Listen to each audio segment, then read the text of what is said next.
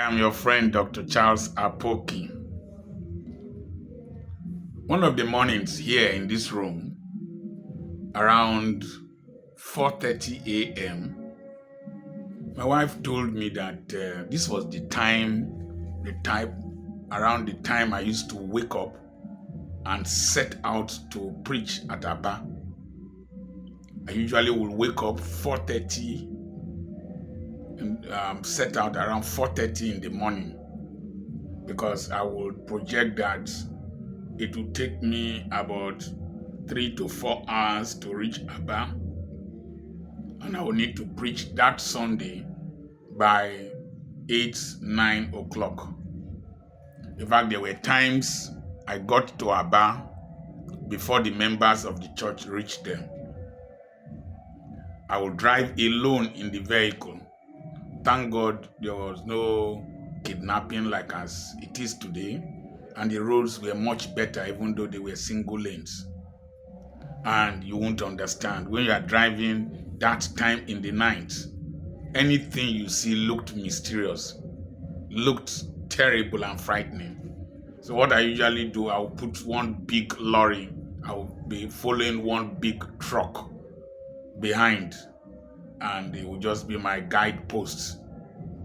And I will preach and come back the same Sunday because I needed to resume work on Monday in my school. Then, occasionally, I was the bus driver. I'll carry children from the surrounding villages to school. When people come to my school, they'll touch the wall and say, I tap into the grace. No. Don't only tap into the grace, tap into the effort, tap into the strategies.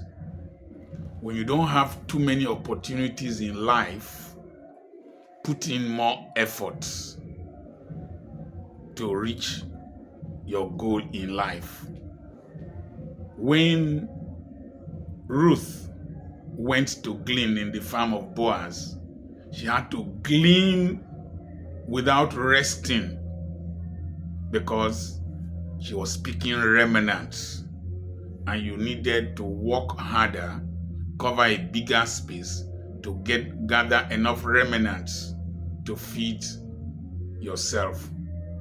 And she did that and got up to 13 liters of grain.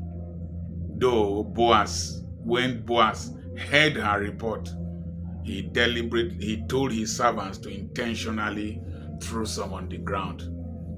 Listen and listen well. You can't lie on your bed and rely on the prophecy of a man of God and expect your life to change. You can't lie on the bed because you sowed the seed or did one thing or acted as an usher or do one thing, then you expect your life to change. I was serving God with all my strength as at that time, spending my money to go do missionary works in rural parts of Ethiopia, Kenya, Uganda, and all different parts of Africa. But for my personal business, I needed to put enough effort. And that morning, I was not rising early to go and preach. In fact, when I got up from this room, I went to the next room because she will be doing a lot of activities here, and slept a little bit more. I usually on my phone at about 9 o'clock.